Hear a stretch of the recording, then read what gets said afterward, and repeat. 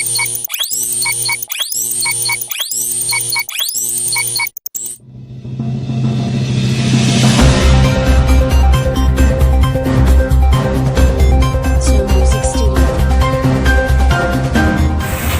Ober, beberapa waktu lalu itu ada LSM yang katanya melaporkan Pak Ober Gultom terlibat dalam dugaan tindak pidana korupsi.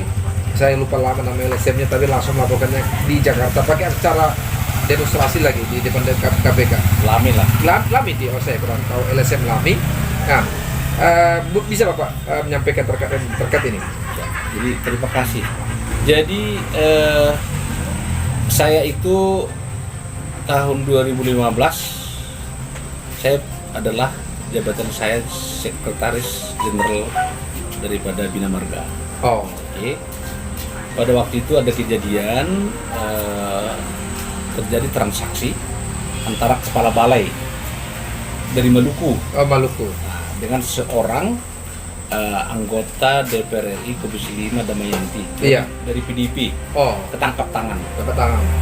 Nah, dan itu saya sebagai sekjen tidak dalam posisi, di dalam tupoksi saya itu bukan urusan modal. Iya.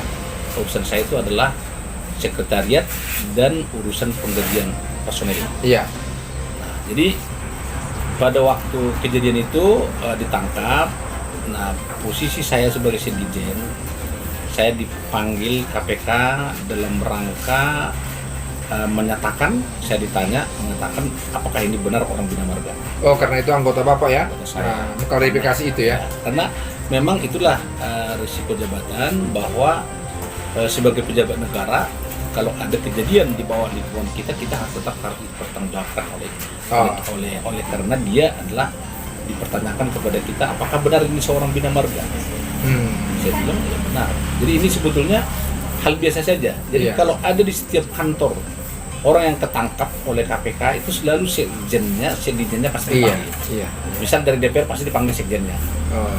Oleh Kementerian PU pasti dipanggil sekjennya. Iya. Di Bina Marga pasti dipanggil sekjennya. Apa yang dipertanyakan adalah mengenai daripada apakah dia sebagai orang Bina Marga. Ketika persoalan itu terjadi, berapa kali Bapak ketika dipanggil KPK? Saya 2 kali. Iya. Pertama kali dipanggil untuk menyatakan dia sebagai apakah dia orang Bina Marga dan berapa gajinya. Iya. Dan yang kedua adalah bahwa dia sewaktu sudah tersangka mau diberhentikan. Saya dipanggil. Ini aturan mengatakan dia udah tersangka, dia akan diberhentikan. Saya harus dipanggil. Jadi itu sebetulnya hal biasa saja di dalam mekanisme setiap anggota daripada suatu unit kantor yang dipanggil, yang kena kejaran KPK, dia pasti harus dipanggil untuk mempertanyakan dia. Gitu. Nah, putusannya ketika itu berarti Bapak tidak ada sama sekali dinyatakan ikut terlibat atau bagaimana? Oh enggak. Kita enggak ada terlibat. Kenapa enggak terlibat? Karena memang itu sudah inkrah. Yang terjadi transaksi itu kan adalah antara DPR dan anggota Komisi 5 dengan beberapa pengusaha yang dikoordinir oleh kepala balai ini. Baik. Jadi tidak ada kaitan terhadap kita. Kalaupun dipanggil ya karena kita menjabat sebagai atasannya.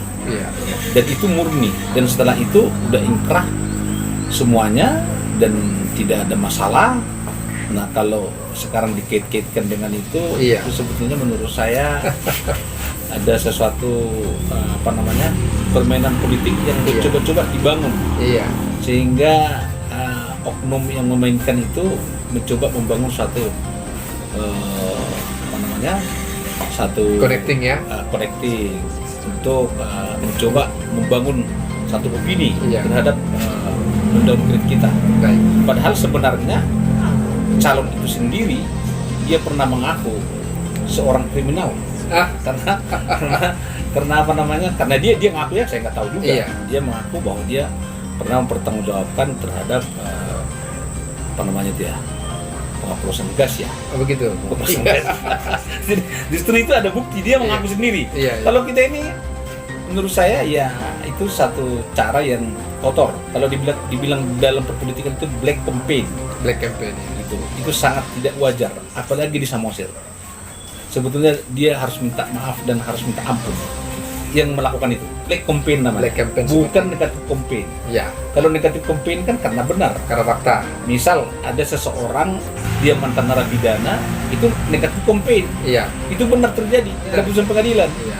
Tapi kalau kayak kita ini, siapa yang tidak kok diperiksa oleh KPK kok dijadikan menjadi bahan bilang koruptor lah. Iya. Iya. Kan itu kan terlalu.